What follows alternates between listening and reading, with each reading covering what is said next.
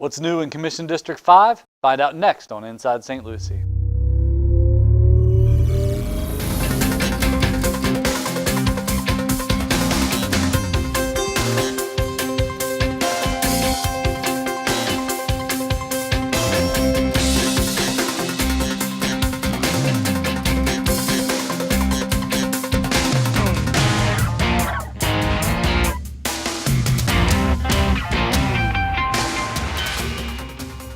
Hello and welcome to this edition of Inside St. Lucie, SLC-TV's monthly government affairs show. I'm your host Eric Gill, Communications Division Director for St. Lucie County, and on today's show we're going to take a look at what's happening in District 5 with St. Lucie County Commissioner and Vice Chair Kathy Townsend. But before we meet our guests, here's some upcoming events and announcements from the Board of County Commissioners. St. Lucie County offices will be closed Monday, February 18th in observance of President's Day. Single tickets are on sale now for the New York Mets 2019 spring training season, which kicks off at First Data Field in Port St. Lucie on February 23rd. For tickets, call 772-871-2115 or visit stluciemets.com.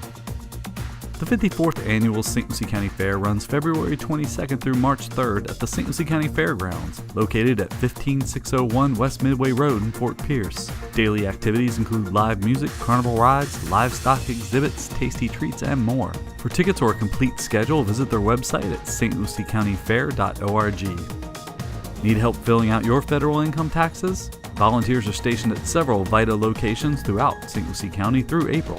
For details about times and locations, call 211 or visit stlucieco.gov. A reminder that the Board of County Commission meetings are held at 6 p.m. on the first Tuesday and at 9 a.m. on the third Tuesday in the Commission Chambers of the Roger Poitras Administration Annex, 2300 Virginia Avenue, Fort Pierce. The Board typically holds an informal meeting on the second Tuesday at 9 a.m. in Conference Room 3. Now for the latest updates about all St. Lucie County Commission meetings, workshops, and events, be sure to visit our website at stlucieco.gov and click on our comprehensive calendar located in the lower right-hand corner. And if you'd like to be added to our press release distribution list, send us an email at slctv@stlucieco.org. We also hope you'll follow us on Facebook, Instagram, and Twitter. We're going to take a quick break right now, but before we do, we're going to check in with the latest economic development stats with another St. Lucie Works.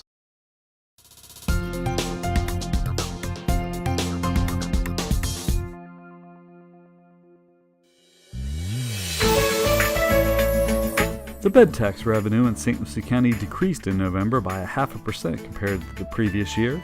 However, overall, the tourism tax revenue continues to keep pace with the previous year's record-setting numbers. Overall building activity dropped slightly in November compared to October, with 830 permits being submitted. Revenue for that same time frame dropped by 22%.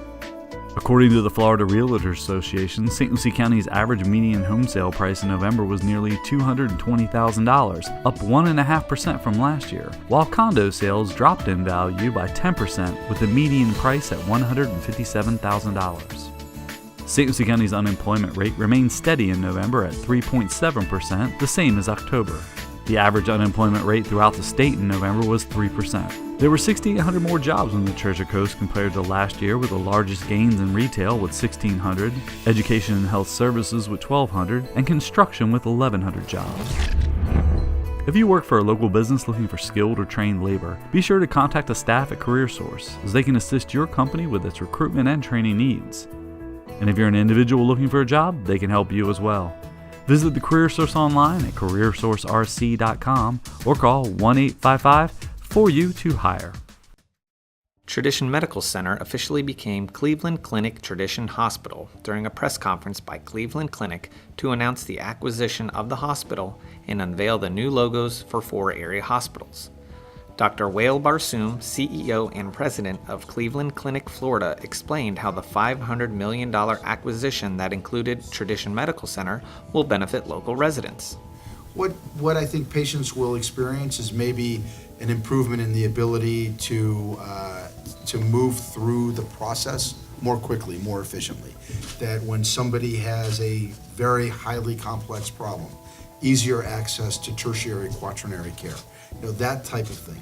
Making sure that we're able to provide care closer to patients in their neighborhood. So, while continuing to invest resources in stroke treatment, brain and spine surgery, and neurology at the previously planned $30 million Neuroscience Center of Excellence.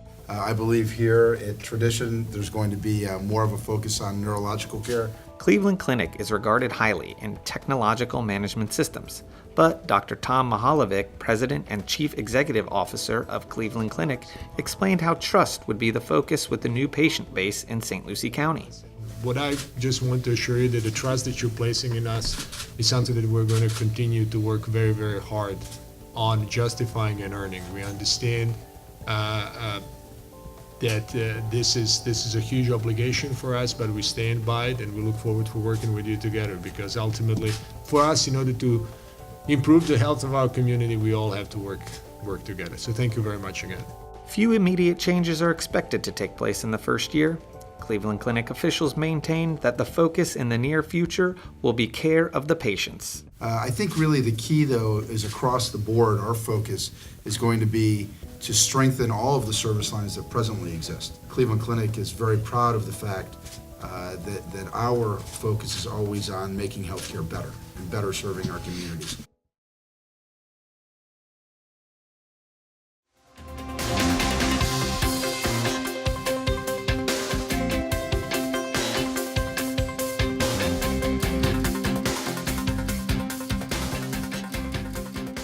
Welcome back to Inside St. Lucie. I'm your host, Eric Gill, and I'm joined by St. Lucie County Commissioner and Vice Chair Kathy Townsend. Thank you so much for joining me again. Good afternoon. Great to be here.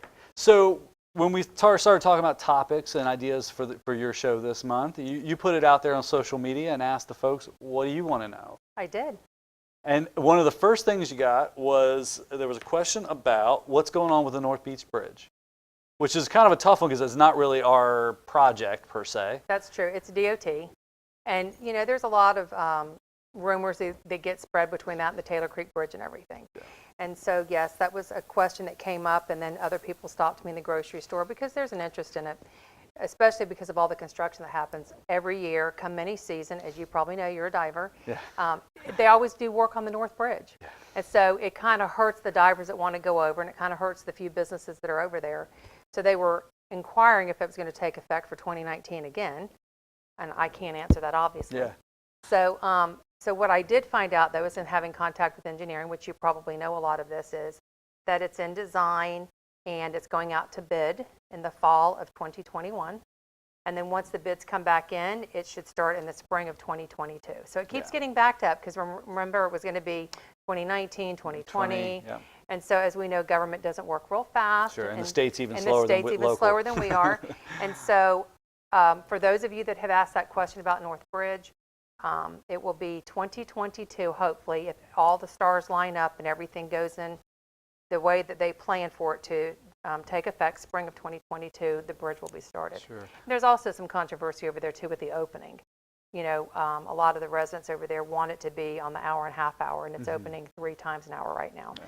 So there's still conversations with the Coast Guard and trying to have that lowered, because right now it's still 3 times an hour. So there is still conversation of that happening with the drawbridge. And then you mentioned the Taylor Creek Bridge too, which is the county bridge, and I know we were kind of delayed on it. The board heard that topic at an informal meeting and different options, but now that the sales tax is passed, at least there's a revenue stream to do something, and I think we even went to the city of Fort Pierce to get their input. We did. We went to the city and to St. Lucie Village because it affects them because of Old Dixie. And they were in agreement, as the board was at the informal, with option 3, which will be one-way heading north and having the 12-foot bike path to pick up the Greenway bike trail. Yeah. So they're also incorporating that into the design of the North Bridge. They've asked to incorporate a 12-foot bike path trail going over the North Bridge as well to continue that all the way through. So the city and the village, along with the informal consensus of the board, is that the Taylor Creek Bridge is going to be redone, and it will be heading north only. So if you're coming off the island, you'll have to come up to the red light at US 1, and it'll have the bike path to connect the Greenway. Which makes sense, because if you're going south on Old Dixie, to make that left onto US 1, it's a dangerous curve. I was going to say it is. It's dangerous.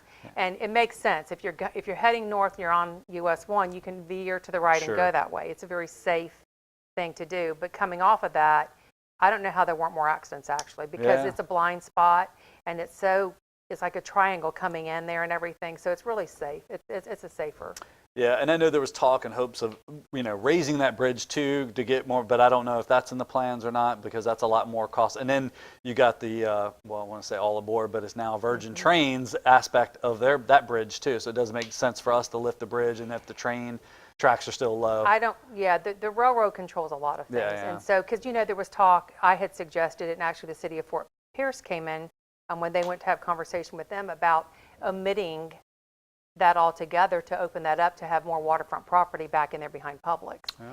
And then when conversation took place with the city, they were on board with a lot of that, but it's the railroad. And the railroad's not going to let that go away, and they're not going to raise it or do anything. Sure. So that wasn't an option, but because of the railroad, you're limited to what you can do. So as of conversations with our engineering department, it'll stay where it is. It'll probably be raised a little bit for elevation, Sure. as they go to reconstruct it, but it's pretty much going to stay the same. And speaking, you mentioned the Publix there. That's some future development happening in the district, in your district there. They're going to be expanding Yes. that Publix there. They're shifting the Chinese restaurant down. They're shifting a couple of the businesses down towards the north side of the plaza so that Publix can remodel and go in.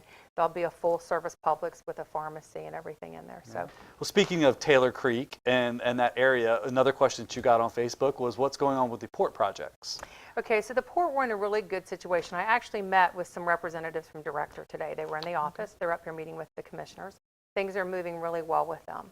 And they are still negotiating the contract. They don't foresee any issues, but they wanted to come and introduce themselves to the commissioners. That's important, I think, to be able to have that relationship as they move forward with everything. But things are moving really well with them, and there's no concerns, and Stan's negotiating the contract. And I think that's really the only holdup at this point. I think they're at like 90% of everything being in agreement. They're just still trying to negotiate the final thing, which would be the percentages of gross or a fixed revenue. Sure. I think that's what the holdup is. the holdup is, and that's what they're negotiating. So I'm excited about the port. It's going to spawn some new little businesses, and the little businesses that are here in the marine industry is going to grow. It's going to create some jobs. They're working well with the college. They've had conversations with the college and some of their classes to offer so that they can be able to train the kids there when they come out of school and to be able to hire them as well. So I think it's going to be a real game changer for St. Lucie County. And the county already has put several $1 million worth of infrastructure in that whole 2nd Street area, Fisherman's Wharf, the driveway. We improved some infrastructure and water drainage down there. So all that's already done. It's just a matter of, and there's still some infrastructure improvements to be made on the port itself. Right. And I know we're going after some state grants to help accomplish that. So. And they know that, like they're talking about tearing down the metal building that's there and stuff like that. So they know they're talking about a dry dock, and so they're very educated. They're very experienced. They know what they're getting into, and if you have not drove down there, you need to drive down there because it really does look nice. It's exciting when you go down there and you see the roads and the medians and you see the signs and the landscaping. It's looking good, just like the front of our airport.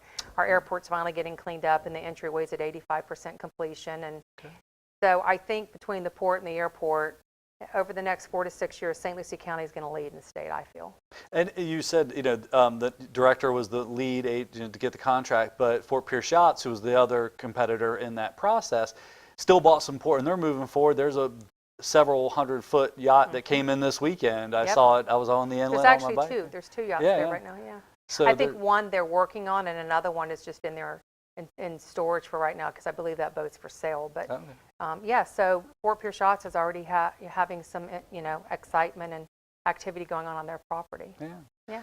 So another question we got, which I think we could probably do several shows on, was how are the taxes collected and spent for St. Lucie County? Which is a really big kind of question because it's a $500 million budget, but it doesn't all go to the Board of County Commissioners to decide how that money's spent. And that's true, and that was a good question. And what I've suggested doing since I've been in office is to have a class on planning and zoning and a class on where your money goes, because it's an interest. When you pay your ad valorem taxes, your property taxes, a lot of people don't understand that we don't see all of that. Yeah. So our taxes, you have a tax for the school district, you have a tax for the fire department. There's other special assessors for law enforcement, water management, South Florida district, water management. And so I'm sure that you can put this up on the website, but actually if you're in the unincorporated county of St. Lucie, 41 cents of every dollar is all we get to apply to our budget, because the rest of that is all brought out and broken out into the other departments that they see stuff. If you live like in the city of Port St. Lucie, it's like 33 cents of every dollar.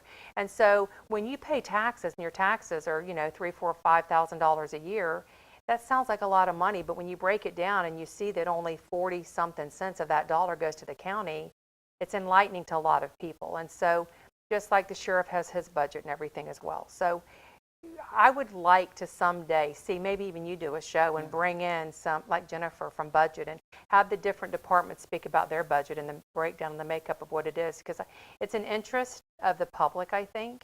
And I think if they could be educated on where exactly all that money goes, because there's a lot of things, even now that 44 cents of the dollar we see, it pays staff. Yeah. It pays for some of the road and the bridge, which led us to having to go because we couldn't meet budget, which is why our infrastructure was failing, to go after the sales tax. Yeah. And so the residents here, they educated themselves, and we were blessed that it passed. And Absolutely. so I think, again, that's just another way of moving forward over the next 6 to 10 years. We're going to be in really great shape here. Yeah. And I think that the residents of St. Lucie County are really educating themselves, and they're learning and they're researching. And I think we're moving forward. We have a great, strong board right now. We all have a strength in something, and we all acknowledge that in one another, and we work well together. So, and then we have, like today, that video you showed. I mean, our departments are doing well. Yeah. It's interesting you mentioned the sales tax, because during that educational campaign, we were out there, whether it was in HOA meetings or social media, and you're right, a lot of people don't understand their trim notice, which is the truth and millage notice that comes out, and it breaks down each taxing district, when the budget hearing is, and the whole process. And some people would say to me or online, well, why are you building a new tax collector building or a new school board if you need the money? Well, you as a county commissioner have no control over it. The tax collector can say, I need to expand, I'm going to use my revenues to build this new building. Then we as the county have to maintain that building, so there are additional costs to us. And same thing with the school district. Luckily, we don't have to maintain their buildings, but it's a different taxing district that you don't have any control over. It's true, and it's like what people don't understand is, so supervisor of elections, tax collector, property appraiser, we don't fund them. They kind of have their own funding. Their revenue streams of that. But like, for example, the jail. Okay, the jail is a perfect example. Yeah. It is the residents of St. Lucie County's building. Yeah. It's their taxes that pay for that. It is ran through our facilities department. Our facilities pays for all the maintenance, upkeep, and staff to maintain the jail. But the revenue through the jail is actually given to the sheriff. Yeah. And so it's confusing when you see stuff like that. Sure. And unless you're in government, and unless you're really in the back to see where the budget goes and to see where everything goes, it's kind of hard to sit there and explain a lot of that. So that's why, again, just like planning and zoning, there's a lot of things in planning and zoning, like text amendment, the changes of stuff, site plans, minor and major site plans. I do the HOA meetings, and I am finding that in taking them out into the community, into the areas of the county for them to see. So we have visited the public emergency center. We have been to ERD preserves. We have been to the Navy SEAL Museum. Most recently, we visited the landfill. They were very impressed once they figured out and saw the single stream out there. Yeah. And so I think if we could have a class or a series that we could put up for them to understand the breakdown of stuff, because it really is confusing. I mean, as a commissioner, to me coming in, I had so much to learn, and I'm still learning every day. So it seems like a lot of money, but it's really not a lot of money whenever you're trying to fulfill all those shoes and to meet all the budgets of everybody. Yeah. And a lot of it, too, changes year to year. There's different unfunded mandates that come down from the state that says, last year we had to put a school resource officer in every school. Okay, well, that's the sheriff's responsibility, but we fund the sheriff. So, and again, we're still working out those details with the school board. Maybe they can pitch in, to help cover those SRO programs. But the initial response comes to the BOCC for the additional funding. And everybody wants public safety, and the sheriff does a great job, and the deputies. We have a very strong sheriff's department here, as we do police department as well. And you don't want to ever compromise public safety. That's a priority thing for everybody. Yeah. So it's hard whenever you have to sit there and whenever something like that happens, you have to cut funds somewhere else. Yeah. So or raise revenue, which no one wants to raise taxes. As a commissioner, I can tell you none of us want to raise we don't want to raise taxes. If anything, we want to lower them. But unfortunately, when something comes and it's an unfunded mandate, you have to find the money. Yeah. So my prayer is that, the sales tax, infrastructure and roads is going to be great. And we are going to be in a great shape. House values are still remaining the same. They've not really lowered. So I'm hoping that when we go into budget this year, we're really going to be in a better place and possibly be able to maybe even roll it back to what it was. Yeah. And then for those that are at home that are interested in the budgeting process, now's the time where departments start putting together their wish list and their needs, and then they go to the county administrator and say, here's our budget, and then he or that group, because there's Howard, our county administrator, Howard Tipton, and the two deputies, you kind of justify your budget to them, and they decide whether or not you get to take it to the board. And usually the first week in June is when that happens, and the board starts going through all the departments and the other constitutionals with their request and figuring out, okay, these are the needs, this is what we're anticipating the revenue to be. Yeah, and you have to sometimes think outside the box. I know one of the things that I would like to see eventually is for us to have a campus that's an administration campus, for us to all be located on this corner of Virginia and 25th. Sure. I think it would be great. I think if we could all relocate over here and have the courthouse here and the judges here and everybody here and sell waterfront property and put that back on the tax roll, sell the logistics center on US 1, put that back on the tax roll since it's prime real estate. For us to all be here, it makes it where everybody comes, no matter what you need, you're all within one campus. One stop, yeah. So. Yeah, and that's a part of the problem, is even with this building, as we've grown and stuff, the studio we're in now used to be the commission chambers, and now the commission chambers on the third floor, which, 15 years ago, 20 years ago, no one thought about, but now because of security issues and you've got a building exposed at night and people could, so we've had to add additional improvements to take those security measures into effect. And like you said, but I think that's kind of the long range plan, is looking at a campus plan and trying to get everybody consolidated. And Yes. it is a challenge, though, because like you said, Yeah, we're still renting space out of the old mall, which, to be able to bring the supervisor of elections back in, bring the sheriff's department over possibly, I don't know, but it's just something that I think it would be more user friendly. Sure. If you came here and you needed something, no matter what you need, you would be within a couple blocks radius of getting stuff done. When we have public safety meetings and everybody has to come, they're coming from downtown. Yeah. So if we could all be located in one area, I think everybody would benefit from it, and it would put prime real estate back out on the tax And I know roll. our facilities department is looking at that, especially the logistics center, a lot of our old records retention. If we've got mountains of paper copies, can we digitize these records, and would it be more, beneficial size-wise, space-wise, then we just got to make sure we get the technology right, because in the future, who knows, that technology will still be valid, Well, technology changes every day. It's It just like you does. get an iPhone and the next month it's already a new one. outdated and there's a new one. It's crazy. It's tough for us to keep up with. But again, it's another challenge that governments face too, Yes. as we move forward. So besides a future campus plan here, what are your goals in 2019 here for St. Lucie County? Well, I would like to engage in some more conversation about that. I'd also like to continue the future of the airport. As you know, we just approved the school to come in with their schooling, Expansion, yeah. their expansion of the maintenance department, which is wonderful, because not only is there a shortage in pilots, but there's a shortage in the maintenance department of mechanics of the aircraft industry. So I think that that's a plus. I think we still have work and conversations needed with the schools because of some of the noise and where they go outside the flight zones and Sure. everything. And we need to have that conversation with them still to protect the neighborhoods north and into the village.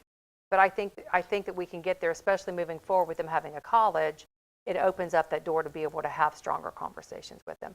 So again, we're getting ready to start the hangar. All the funding is in place with the state and county and everything. So once we move forward with that and the school takes on and becomes bigger and they start educating the students, the entryway is 85% completed. So I think the airport's starting to move along, and that's kind of my focus, to continue to clean that up and to start to look at some development north of town to be able to have some of the amenities up there with some restaurants and stuff to offer the people up on the north side of town. Yeah, and I think, with the extension of the water lines there on US 1 out in Indria, we're going to see a lot more of that. And to the south, in tradition, with what the city's doing over there with the Southern Grove projects. Yeah. Right now there's 10,000 plus permits sitting in the city of Port St. Lucie for just residential homes. And so you're going to see growth to the south as well up there in the tradition area of the city of Port St. Lucie, which is my your district too, yes. yeah. So we're going to the north and we're going to the south. Yeah. So your district's the hot district now for development. It is, and I'm excited. Well, it's the largest district size-wise, and it's broken down by population. So you have the same number. You know, even though Right. everybody gets to vote countywide, you're not limited to your district. But that's why, because you've got a lot of the western lands, and there's just more cows and people. But when you total it all up, the Yeah. Tradition area, Lakewood Park, and North Beach population still. And Lakewood Park is doing good. You know, they've moved forward with the drainage. It's in design to be able to drain them, and they're joining the Fort Pierce Farms Water District. That took some education and town hall meetings, and they're there. There's conversation about the utilities. It hasn't went out for ballot yet, but there's an interest of some of the people out there wanting to have county utilities. So possibly that will be happening. There's a couple developments that's going to be going in out there up towards 95 on Indria Road. So that's going to start to develop. And the projects that the city is taking on out there in the Southern Grove exit towards the Tradition Parkway and stuff. So we're growing north and south, and that's exciting. So it sounds like one of our projects is a Citizens Academy for us. It's been talked about for years, and everybody agree. asked me You know, to do it or The city lead of Port it. St. Lucie kind of does. I And think Fort Pierce does too. Oh, they yeah. do? So They see- do. I actually went through it. It's Okay, pretty so cool. see, we need to do the county. All right. We need to do county school. We got a County plan college. ready. Yeah, we got a plan ready. We're just waiting for the departments to help. I think there's an interest. You know, my aide Cindy, she heads up the HOA, Mm-hmm. and she reaches out to them when we pick places and everything. And every single time we go to some place, the HOA presidents, they're always in awe because they have no idea. Yeah, like the 911 center is a great love example of EOC. People don't realize in our county we have an isolated or 911 call center, whereas in some counties to the south, Stewart PD handles their own calls, Sheriff's Office handles. Ours are all routed through one place, which keeps costs down and actually hopefully helps with the response time because it goes right in there and they can get it right to the right agency. So. Yes, and I've even had a couple parents that have called me. Their kids are in high school that have had questions about a certain department or something. And I've told them I'm happy to take you on a tour, show anything in the county you want. It's yours. Yeah. This is your county, and you're entitled to see anything here you want. So they've called, and we've had discussions about their kids going and visiting the landfill. One wants to go see the jail, and Captain Lawhorn out there, he does a great job out there at the jail too. So I've done the chamber tour out there. yeah, so I'm always happy to help, and I'm here to help let people understand and let them see what we have, because so many people, they don't understand what we have. So, yeah. Or they don't understand the boundaries of Right. local government. So that's what these shows are for. So, Exactly. Commissioners, anything else you want to add before we wrap up the show? Nope, just everybody keep doing what they do. All right. Well, thank you so much. Thank for you. taking Thanks the for time. having me. No problem. Don't go anywhere. We're going to take a quick break, and we'll be right back to wrap up the show.